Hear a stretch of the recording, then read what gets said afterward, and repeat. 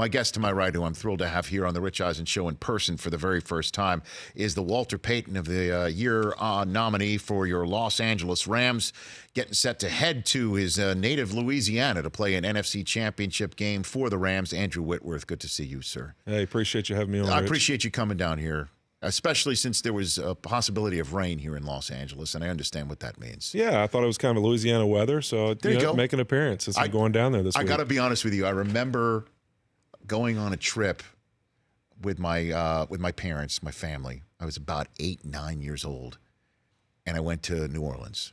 Took a tour of the Superdome and everything with my family, and it rained so hard. I've never seen a rain that hard. I remember this. I saw snakes coming out of the sewer system. That's a fact. You know, there's not much I would doubt if you said you saw in New Orleans, because pretty much everything goes that way. Yeah, I know. It wasn't Mardi Gras time either, I don't believe. I don't think my folks would have taken me to New Orleans during Mardi Gras. But at any rate, it's a big trip coming up for you. Before we get to that, I do want to hit you on the game from Saturday night. And what went viral quite a bit was you hugging your kids on the sideline, your first career playoff win after all those years of trying to get one. What was that moment like for you, Andrew? It was amazing. I didn't think that the seal of the deal would be Jared Goff making a play with his feet. Of course, but right. That wasn't my vote for how it would start happening. But you know what? Got a big first down there. We're able to run the clock out, and it was an awesome just watching those seconds tick down and realize that it finally happened after 13 years of trying to get one. It was an awesome feeling, and then obviously the kids were just so excited this week, and they were pumped, and they wanted it as bad as anything, and so that's the first people I looked for when it ended, because I knew my wife Melissa and the kids would be running down to get on the field, and it was an awesome opportunity. I counted 4 of them, right? Oh yeah, 4 of them. All of them. They looked. Can I guess? Like, are they all 4 under 10, 4 under 11? Yeah. So twin 7-year-olds, a 6-year-old, and a 4-year-old. Yeah, that's fun. Halfway to Phillip Rivers. Yeah. And so, again, just hugging those kids and having that moment in the books for you. What was it like taking this journey and not having won one to this point in time? You know, it was tough. I mean, I've been on a lot of good football teams, had a lot of great regular season records, a lot of expectations, and just haven't, yet had where we put that full team effort together and got it done in the playoffs. And obviously having a bye week was amazing. Being a 37-year-old offensive lineman, it was good to get a little rest. Right.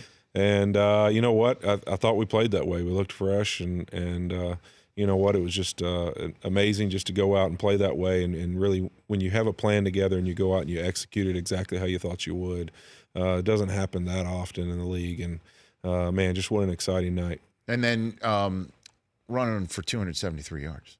I mean, and also 0 sacks of your quarterback. And we heard Aqib Talib jump into live television at one point talking about stealing souls and things of that nature. And others were making reference that could be some sort of heaven can wait Warren Beatty reference, but I doubt that heavily. That was in reference to what the Cowboys had said all week, correct? Yeah, there was just some chatter about that, and just different people that, were kind of looking to see whether we'd be able to perform the way we had in the regular season. And there were some comments about whether the line would play well and those kind of things. And so we had, we incentivize ourselves. I mean, obviously you go out in those games and you're going to play the best of your abilities no matter what. Right. But obviously when you hear those things, and like I say, as players, we go out every week and people can comment publicly on whether they think we played well or not. And as people in the media, if you make a comment, you get to be held accountable as well. So, that's kind of how we felt. We felt the Cowboys made some comments and some others did as well, and we just kind of felt like it was a great moment to kind of say, hey, we're here. So there really is something in the 21st century as bulletin board material? Well, I think it's not Twitter board material. I think if you think about it this way, and to me, it's like be careful publicly how you go about things. It's like nowadays that can dictate a lot of our week. So if somebody in the media that has a big following says something about a guy that kind of puts them down and who they are as a player, then me in my everyday life, going to the grocery store, going to the store, I got to hear it from people and fans, like this person said about this about you. So it's not really as much as that it's out there on the media as it's about now you've kind of like, this is something that I've got to listen to people constantly chirping my ear about. So I'm irritated, you know what I mean? And so that's really where I think more players take it, is that, it's social media. It's for all public to hear. So when you announce it like that, it gives the opportunity that, you know what, that's what I'm going to have to hear every day. So if I prove you wrong, I'm going to let you hear about it. So you're saying while you're shopping, I'll see if I can do this without naming names here. So while you're shopping, somebody with a cart that says the offensive line of the Rams is a remaining liability in the playoffs, that's something you're going to take to the bank. Well, you're just going to keep remembering because, you know, if I walk in the grocery store and I'm just trying to grab a bottle of ketchup for the kids, right? Yeah. Somebody comes up to me and says, man, don't be a liability like so-and-so said this on Twitter yesterday. Well, that happened. Oh, yeah. You hear that stuff all the time. My wife gets so mad. She goes in the that's why I don't go shopping with her, because if somebody makes like, hey, don't hold this week, or don't get another, you know, whatever penalty. I mean, I have to literally like restrain her from going after them. I'm like, I'm not going with you in public places because you get so mad. She'll go at it. Oh, she's fiery now. She's all right, but she's got your back in the same way you have Goff's. You know what I mean? I have no problem with it. I think it's great. You know, that's the way it all. Hey, that's what. Didn't Giselle go at somebody that one time after a Super Bowl, Chris?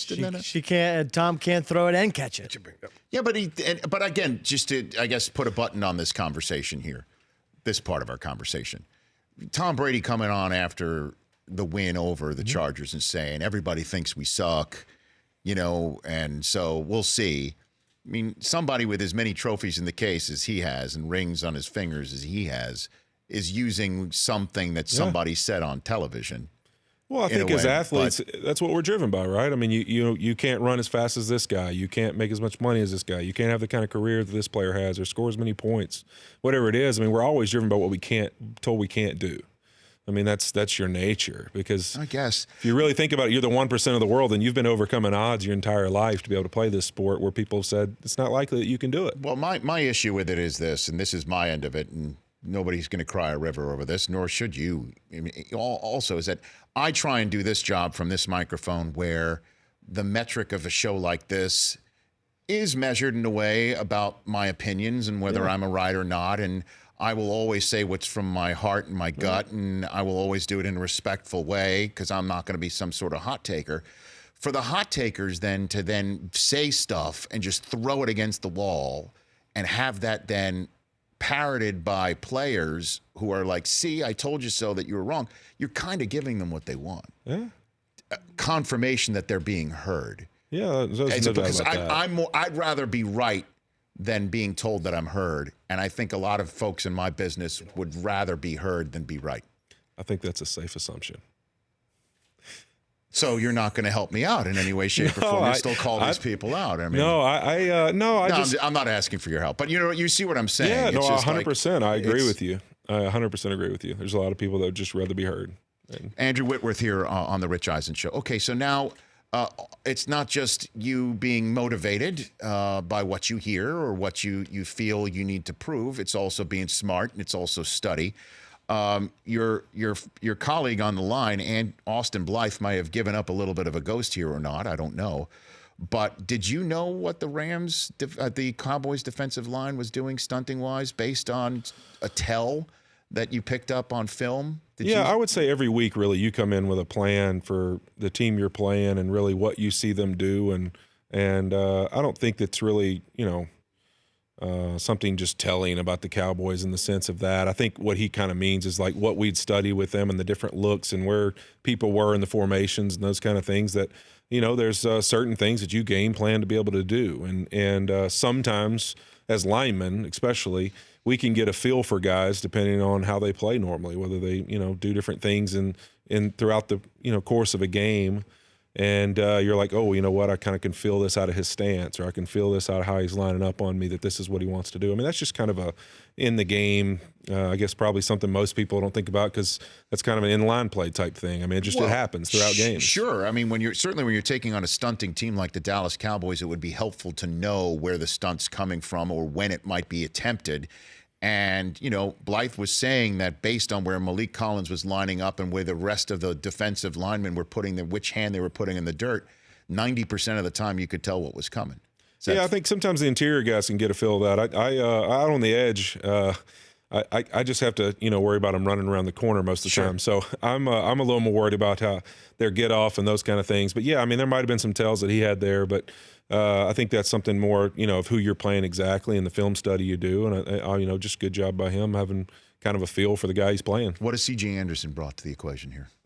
Oh man, I mean, just a physicality that has been special. I mean, you felt him these last few weeks. I mean, it's man, to believe that guy's was at home and not on a team is just unbelievable. He said he told Dan Patrick earlier today he thought the season was over when the Raiders cut him, and that it was over, that he thought that he wasn't going to play football at all. And now he's playing some serious, meaningful snaps for a team that has Super Bowl aspirations. That's 2 wins away from actually lifting that trophy.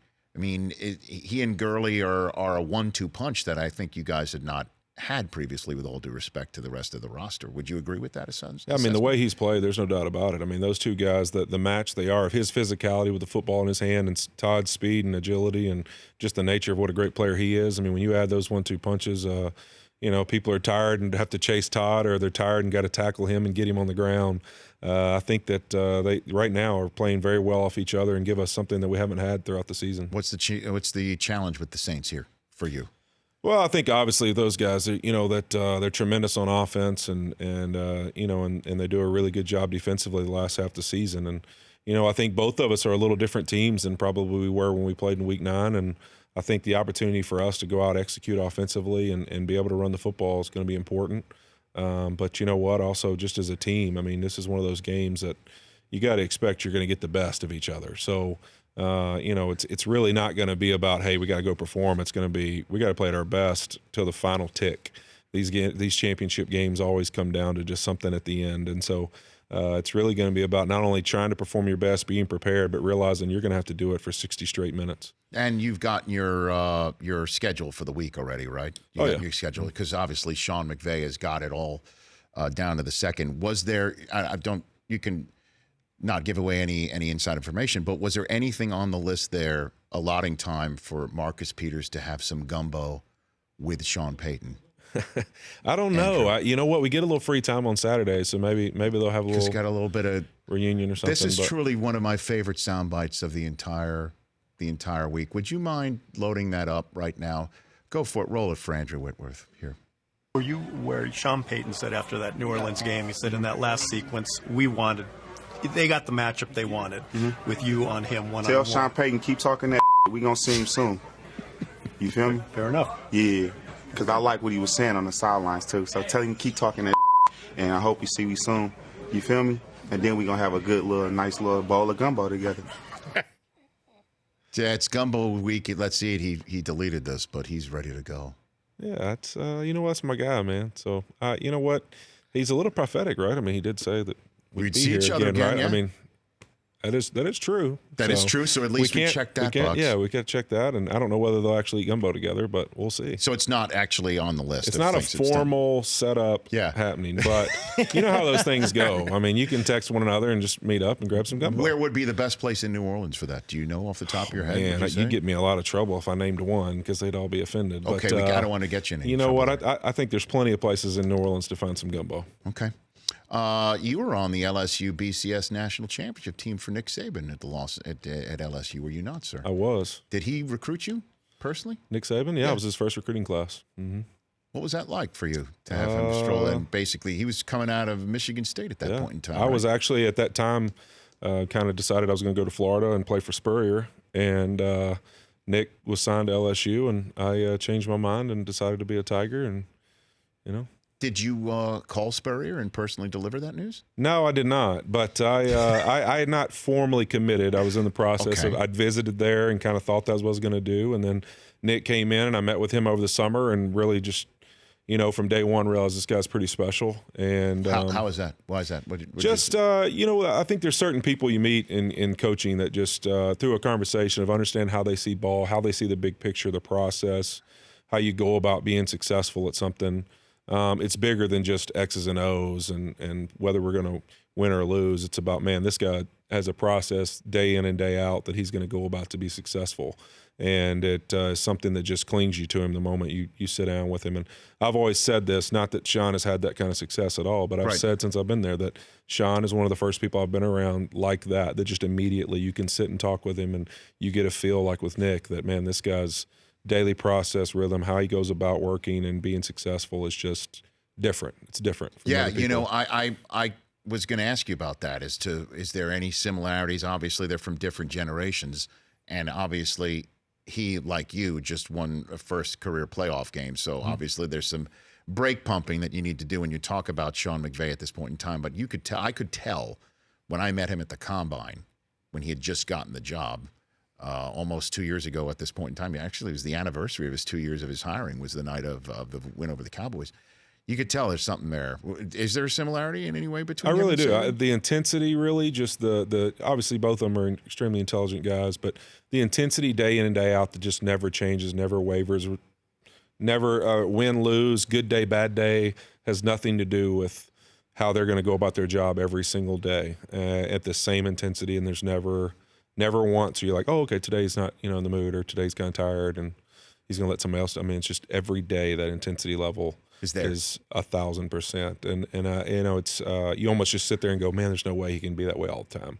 It's going to wear out. But I mean, I've said that about Nick since I was there, which was 17 years ago. So how often are you in contact with him at all? Not much, but I told somebody this the other day. I said, you know what, Nick and I haven't talked since he left LSU to go to the Dolphins, and I have zero doubt that I'd walk in there and it would be like we'd seen each other the day before. I mean, I always had a respect for him, and I was one of his guys when he was there, and that's kind of how I've done most of my career, just the process I go about things and how I do things. A lot of that influence came from him. Well, and obviously, what you do and how you go about it, Andrew Whitworth, is people are going to be watching you.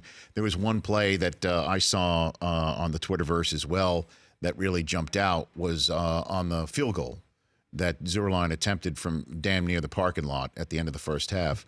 The one person who ran down the field just in case it was going to get returned, the person who beat everybody down the field, that was you. Are you aware of those sorts of things when you're attempting them, or is that just innate for you?